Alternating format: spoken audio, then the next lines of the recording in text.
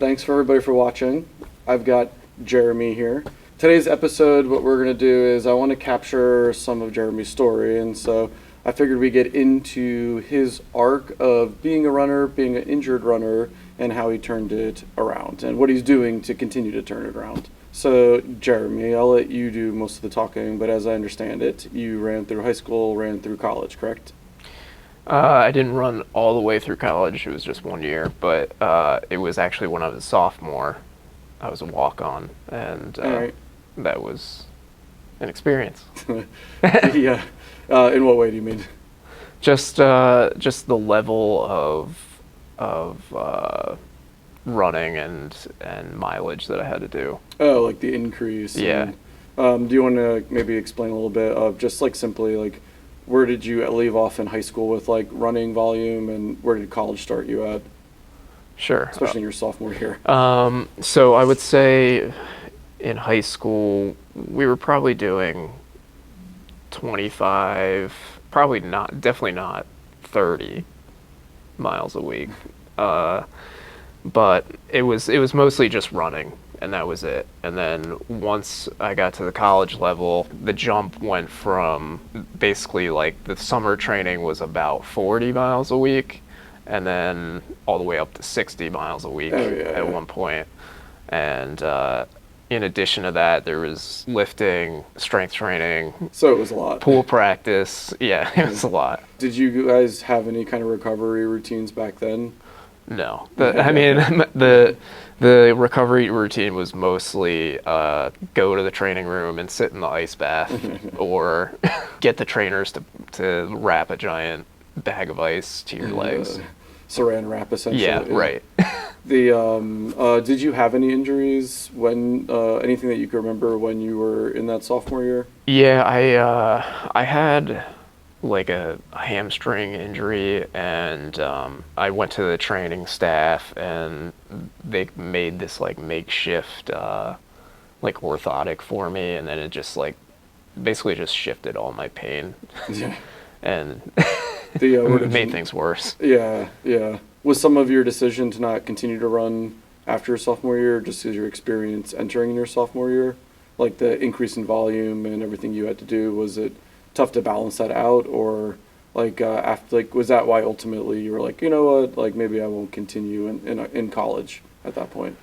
Yeah, it was so for me, like as a graphic design major, is like I was spending way more time in my classes than the general population. Like I would say on average, like most people were spending like 2 to 3 hours like every day in class, whereas I was spending like anywhere from like 6 to 9 hours in class, Yeah. plus running probably close to 10 miles every day. Oh yeah, I could see how that could get tricky. Plus all the other stuff. So obviously you stopped, graduated. How did you return back to running? Were you running the whole time? Like, what was that entrance into post-collegiate? Like, I'm becoming an adult and need to find my whys for things for physical activity. I just kept running. I just wasn't running as much, or it just wasn't as structured. I obviously know that you like to go fast, and like, when did you start getting into racing again? Like, when did you, after college, go, you know what, I actually want to try to see what I can do? Because the volume of training for college was like, I was running 10, 12 miles most, like a lot of days of the week. It just felt like a natural progression to move to a half marathon, because I was like mostly doing that in training already. Mm-hmm. So that you was started like at half marathon. Yeah, so then I jumped to half, and I did that. It was either my junior or senior year. I did my first one. When did you start going into like like shorter, faster, like 5K? I guess really like that's what I was like trained to do, was run 5Ks. So it's like kind of always been part of me. So I don't know. Just like Yeah. It wasn't like a conscious thing as much. But do you remember you finished your first half marathon? You're still in undergrad. Did you continue for a while doing halves mixed in with fives, or like, or how did you progress back to five as like a non-collegiate runner? Is what I mean. I kind of just like mixed it up and just Got it. half 5K, whatever it's going on. And I feel like, there's a lot more 5Ks to enter than there are half marathons in general. Yeah. Like, You can certainly do more, or you can and should reasonably do more of those too. Yeah. In like a given season. Yeah, like I feel like at least in this area, it's like, there's a couple half marathons a year, and that's usually what I'd shoot for. Yeah.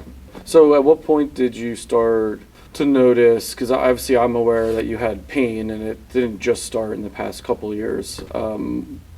How far after you graduate college, you're still running, when did you first notice that you were starting to hurt, or when was your first injury, and what was that like?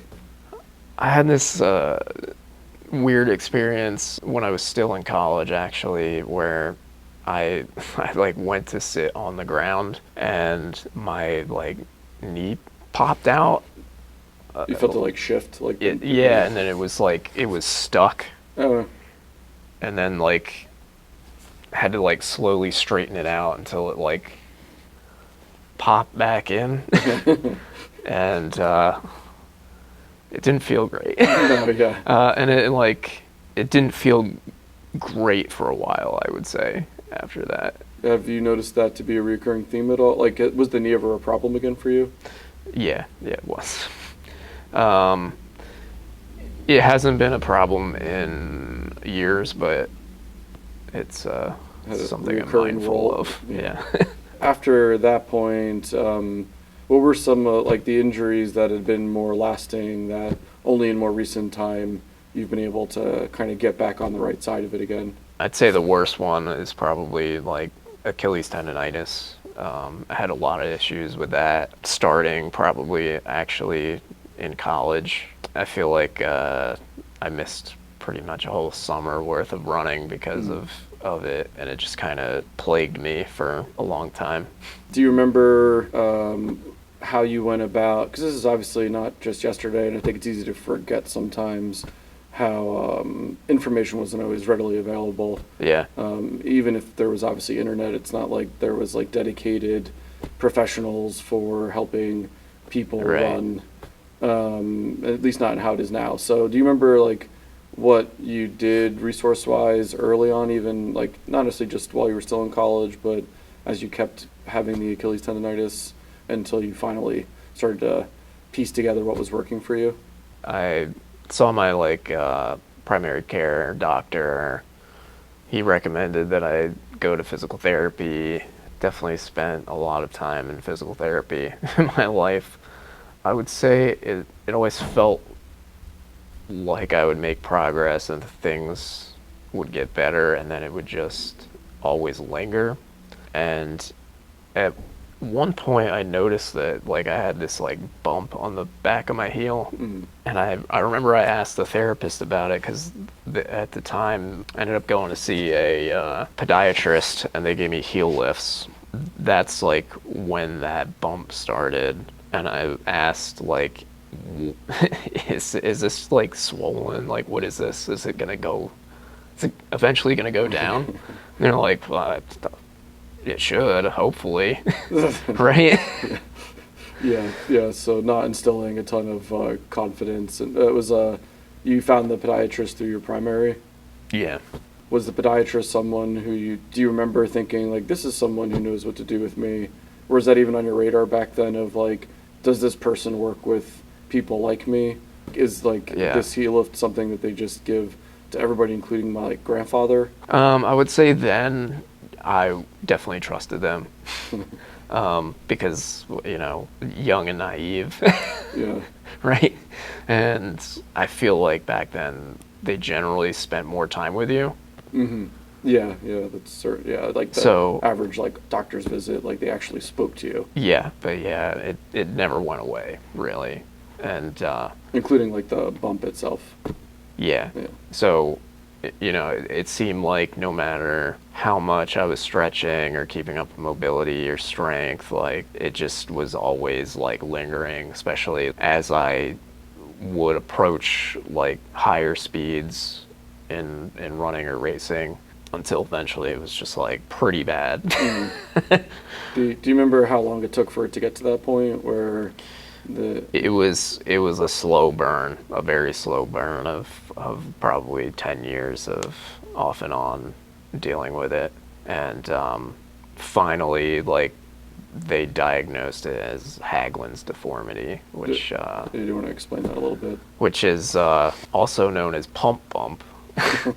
It's common in women for wearing high heels, and I thought back to when they gave me those heel lifts, Yeah, like essentially that they gave you a heel. probably Yeah. contributed to it. Yeah. So At the moment that you finally were diagnosed then with Haglund's deformity or with pump bump, yeah, do you remember, was that like diagnosis delivered in like an actionable way, or was it more of like a fatalistic, well, this is what you have, and the end? I feel like they knew what it was for a while, but it was like not bad enough for them to actually do anything about Yeah, it. yeah. Which, like, in my opinion, is like a problem for somebody that wants to be active. You know what I mean? So Yeah, like kind of kick the can. Maybe it won't matter. Or like, so like you feel that they obviously, like, that there was some awareness that things were not going correctly. Yeah. But because it just hadn't gotten bad enough. Right. And maybe like that deformity hadn't grown enough for them to like name it per se. It wasn't until you were like broken, then they were like, okay, we're gonna call this a thing. We're gonna name Yeah. this problem. Yeah. The early on, and piggybacking a little bit on something we were talking about outside of here, was just some of the like bad advice you've received over the years, like sort of the full stop, you're getting too old, especially like then presumably you were in your 20s possibly. Yeah. Yeah. Was it around the Achilles that was happening, or what was the catch us up to, or bring us back to that point of frustration where you're clearly still not on the right path yet, and they're telling you quit? It's happened a couple times for sure. I would say in my early 30s, between surgery on my knee and then surgery on my Achilles tendon. You get back up to speed after the surgery, and then it's like things don't always go as planned. Then you end up back at the doctor. The doctor's advice is like, well, what do you want to do here? And you're like, I don't know, help me. Right? And it's like, it seems like the solution is like, well, we can put you on some powerful NSAIDs for like 2 weeks and see how it goes.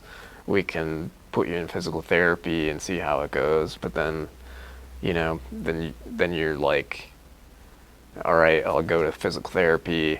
Then it's, you know, how soon can I get in there? Right? And then it's like, sometimes it's not for another week and a half after you've already waited a week to get into the doctor. Then you start up therapy, and then it's like you're there for 6 weeks, let's say. It feels like now, especially like the big healthcare machine, it's like they can only treat what's on the script and not like underlying issues, right? So it's like you go there, they help you fix your problem, but your problem's not really fixed. It's like they just put a Band-Aid on it. Yeah, potentially like fixing a symptom of a larger problem. Right. Like maybe it's like ultimately like a mechanical, like a movement pattern technique thing, or something outside of like, you know, it's like there's a fire and they're putting out a fire, but the arsonist is still being unaddressed. Yeah, like it's like maybe I'm having an issue with my knee, but really the issue is my ankle. But it's like no one is looking at that. You're right. It's like well, we addressed the knee. Yeah. And like, what was at that time when you were going somewhere else? What was the physical therapy like that you were receiving? And even if in any way it was a positive light, not to like lead that question at all. Yeah. But what did it look like for you then? What were you doing? I mean, the people were super nice, obviously. But it's just that they don't have that like control over what's not on the script from the doctor. So it's like even if they do see something, they can't pursue it, which I feel like that's not a way to help people like get back to what they want to do. Because it's like for me, like personally, like I was a repeat customer, and like to the point where I would say I was like a local celebrity there. But also at the same time, like after a while, it was like, oh, this guy's here again. Like, what the hell is this guy doing, right? Yeah. There was less enthusiasm, more like I'd imagine on their end potentially like, well, we've tried everything, you know. Yeah. It's like just run it back. Right. Yeah, you know, you touched on something there that I just wanted to go back to. When did you notice, like, oh, okay, so I'm in PT, like, the thing that I came in for isn't necessarily at least the only problem. There might be other contributory or contributing issues, but they can't do anything. Like, they can't touch it because it's not on the script. I guess because it's like I always like followed like every exact thing they would tell me to do, all the exercises, do them like every day. Right? And it's like I could do planks and squats and lunges until I was like dead, right? And like the same type of stuff would just keep happening and happening. And it's like obviously there's something else going on here. Yeah. But it sounds like it's safe to say you had like a revolving door problem of like, okay, now I run, and then you're like, nope, wait, I hurt. So then you go back in, you're like, okay, now I run. Right. Just because it's really relatable, not to rile you up too much, but let's talk about you being too old. Okay. How old were you? Well, I would say the last time somebody told me that was probably 2 years ago. How old so are you now? 37, now I'm 39. Yeah. And it was delivered in the kind of classical, like, I guess you should just do something else. Running's just not for you. It was like, well, you know, maybe try something else. Yeah. This is your source of happiness. You don't have to be happy. Right. Yeah. What's happiness? Sure. So you clearly did not take that advice. No. And it would have been around that time that we would have met you at Mobility Doc, correct? Yep. How did you find us? It was through our mutual friend and patient, Ray. Yeah. Ray is like the unofficial, possibly self-appointed manager of your running group. Yeah. Somewhat like a parental role. In like a benevolent sort of paternalistic sense, and also a phenomenal runner who had her own difficulty, which maybe I'll get to talk to her about that too. But so Ray's like, Jeremy, you got to go. I'm assuming initial thoughts were like, but I've done this, right? Like meaning PT or no, or like how did you know? Like what are you like? What was the like? You know what? Let's be a little crazy and just do this. Like, how did you? Yeah, I think I was just tired of the same stuff. You know, there was some hope it would just be different. Yeah. And you knew Ray well enough to know, like, she knew your story too, so you could kind of like suspend some disbelief because of Ray. Yeah. What were your and don't hold back. Okay. What were your initial impressions? You walk into here to this very office, and was it initially like, oh, okay, this is familiar? Like, what was familiar? What was unfamiliar, if anything? I felt like, I mean, I think the first time I came here, you and John tested everything, which is like something that hadn't happened for me in like years. When you say test, just like my general strength, like everywhere, and my mobility and everything. When did you know, like, oh, this is different? Aside from we actually touched you and tested you. Yeah.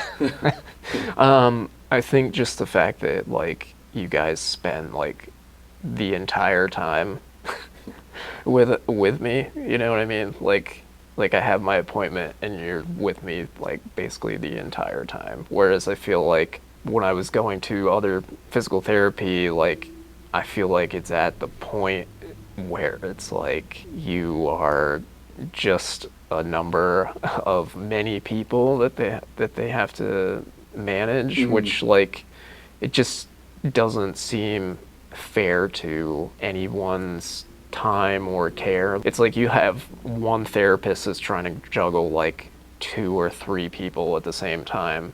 Sure. Right. And it's like obviously some people need to they don't need as much guidance, right? But I think a part of it is like just feeling seen. You know? Yeah, that's something we hear a lot. Like someone's actually listening, that there's like an intention. Yeah. Like to your point, like a lot of people might be sharing a similar pain, but not everybody needs the exact same exercises. What was a good example of you, like let's kind of compare and contrast like least seen moment to most seen moment in your PT journey? I would say like there are definitely times when I was at PT prior where I feel like the appointments went from like an hour to then cut down to like 45 minutes, and then it's like really maybe I'm getting 15 of those minutes with the actual therapist, and the rest I'm just like on my own. Yeah, like a paper, or like doing the stretches that I'm supposed to do, doing strength training, and it's like, what am I doing here? Yeah. Talk us through a little bit. So obviously we did our initial consultation and we spend that entire time with you, like deliberating with you over like what it is, trying to include you into that discovery process, I guess. How was what we did with you different? What would you say the techniques at Mobility Doc that helped you so far like the most, or finally made a difference in your like circular problem?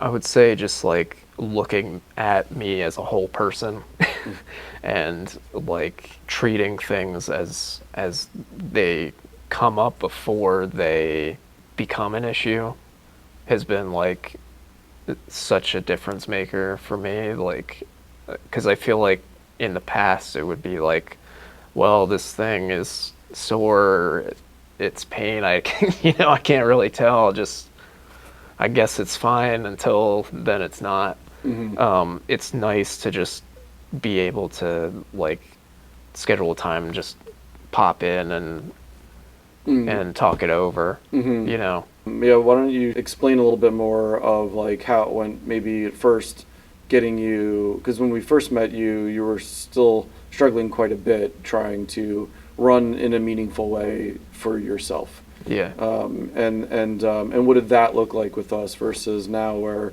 you're just trying to like crush new 5K PRs and half marathon PRs? When I first started, it was like definitely coming in once a week for a while. What would you say, like a couple months probably? Yeah, I'd say it's fair to say like somewhere between like 6 to 8 weeks and then of like good frequency with us. Yeah, and then after that, I feel like I'm at a point now where it's like maybe I'll come in like once a month or maybe once every other, depending how things are going. We've nailed down like it doesn't have to be broken for you to come. Like Yeah. you start feeling rumblings because it's very fair, right? You're asking a lot from your body. We feel one of the great misconceptions is, you run so that way you don't hurt. Like being healthy for people, like sometimes when they want to pursue health, they think it means the absence of pain. Yeah. But in a lot of ways, it's the continuation of happiness and ideally fewer painful moments along the way. But yeah, like I've really, on my end, I've really just appreciated the relationship that's developed with us and with you and everyone here, and that like, seeing this arc of just your frustration early on with like your stagnation a bit, and then to like more recently see you just have success and with the acknowledgement that like you're never done because you're alive. So Right. and we're, Yeah. we're imperfect systems trying to do difficult sometimes things. If you could go back with having everything that you've experienced to this point in this journey, what could you say to someone to spare them from some of the time and frustration that you've experienced? I would say just see somebody that listens to you, Mm. that like really listens to you, and not you have FaceTime with them for 5 minutes and that's it. Yeah. The moving forward, what's next in your horizon? Like, what are your goals for your 5K, 10 or half marathon? What was your time you just recently got? It was like the fastest in the past decade or so. Yeah, it was 1813, Yeah. and in a You 5K, seem I was very reasonably pretty pumped after happy, that. yeah. I appreciated the photo that I got immediately before Yeah. I made the social media post. Yeah. Now that you're feeling potentially a little dangerous again in a good way, I mean, like, are there any reinvigorated plans, or is it just like the pursuit of speed, Ricky Bobby style? I'll say that this last 5K, my goal was to just run faster than I did in the 5K I ran on Memorial Day, which was 1843. But my stretch goal was under 18, so I think that's probably my next goal, yeah. And maybe after that, see if I can break my PR from when I was 21. What's the old PR that I'm very much rooting for? 1723. Okay, yeah, Yeah. that's a good one. Would you tell your younger self maybe go a little slower so your older self has a easier chance? Yeah. In parting words, like, what's your cross training, recovery, mobility, maintenance that you're doing? Definitely more recovery stuff. Obviously, I bought those Normatec boots. They're doing me. They're doing me well. Sometimes, if training's been intense, I'll probably put them on every day for a while. I truly feel that, like, if someone can afford those, we say to all our patients, it does so much, and you don't have to do anything. So there's like, it's not everything. Like, you do need to do other things. Ultimately, obviously, you're still doing all the other work, but in terms of like baked in, my day's tough, I still have things I need to do. You can like very easily multitask. Like, there's basically no reason why someone couldn't wear them if they own them. Yeah. So like, I'm happy to hear that you're getting like good, like solid use, sometimes longer, sometimes shorter, depending on need. Yeah. Is there any like obvious recovery thing that you've just flat out stopped, or like I've clamshelled for the last time kind of thing?